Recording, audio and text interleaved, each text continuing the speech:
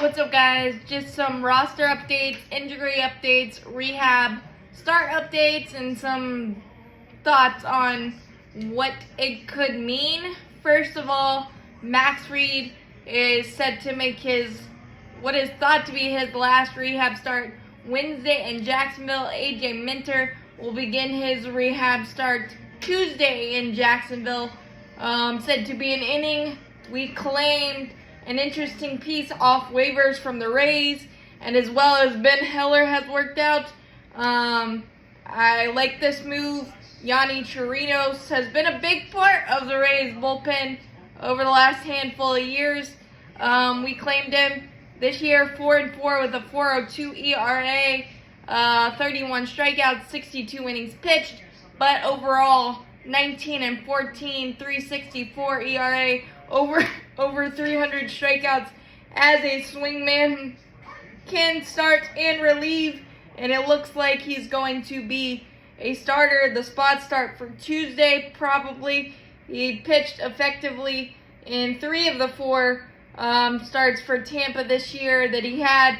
Pitched into the 6th inning in all 4 outings. One of them was a little rough, but it's nice to have kind of a swing guy, and maybe he could go in the bullpen and help us once Max comes back and things start plugging back where they're supposed to. Michael Soroka getting sent down. I just don't know if they know what they really want to do with him.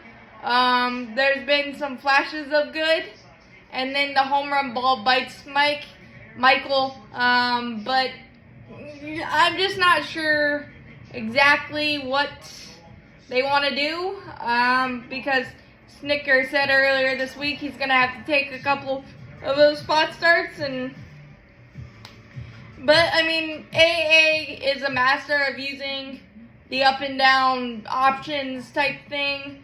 So, and Michael is a professional about it. And obviously, he wants to work on that home run ball. But he's kept us in most of the games that he's pitched this year.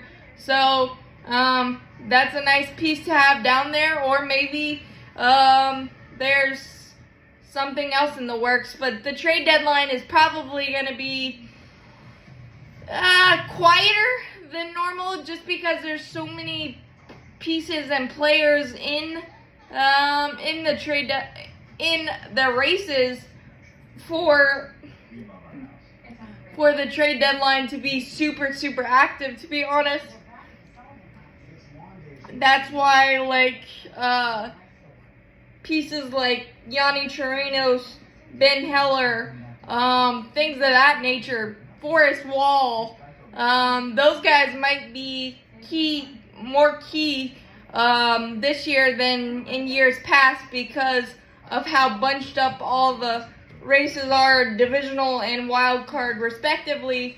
So I think you got to do a little bit more musical chairs to see what you have.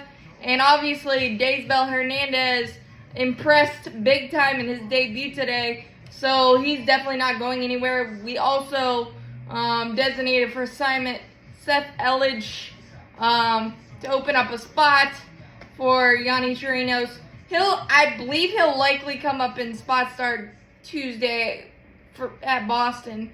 I'm not quite sure on that, but like I said, he's started and done a lot of bulk innings for Tampa in his career, so kind of a role player guy, but I think he's going to be a spot starter guy for the Braves right now, especially with the 2 off days on Monday and Thursday. It allows for some moving around, and I think the injuries have obviously caused us to have more musical chairs than you would like, especially in the bullpen, but it also creates opportunities for Heller, Hernandez, Yates, and in higher leverage situations. So it's nice to see that you can get big outs from different guys. Jesse Chavez was moved to the 60-day IL. Obviously, the shin burger that he took from Miguel Cabrera was a bit more severe than we initially thought. Plus, 39-year-old bones probably don't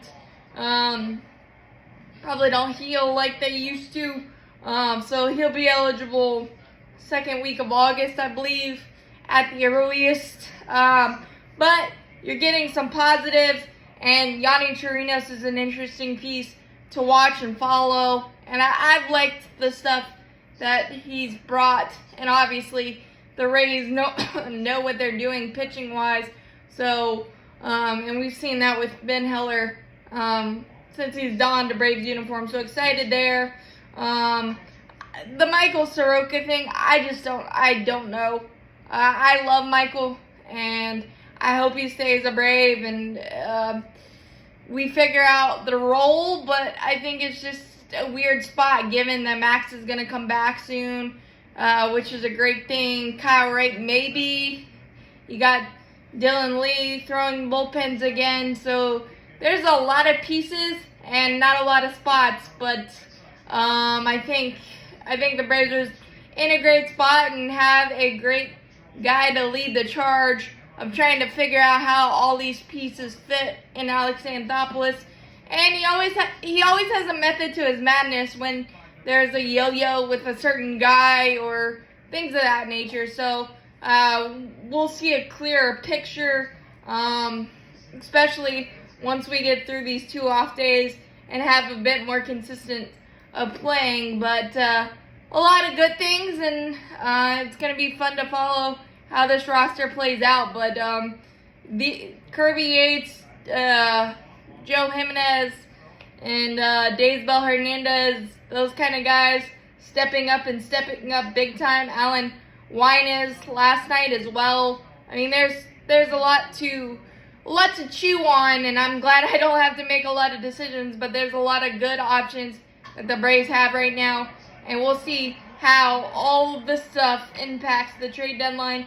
But as always, go Braves, champions forever.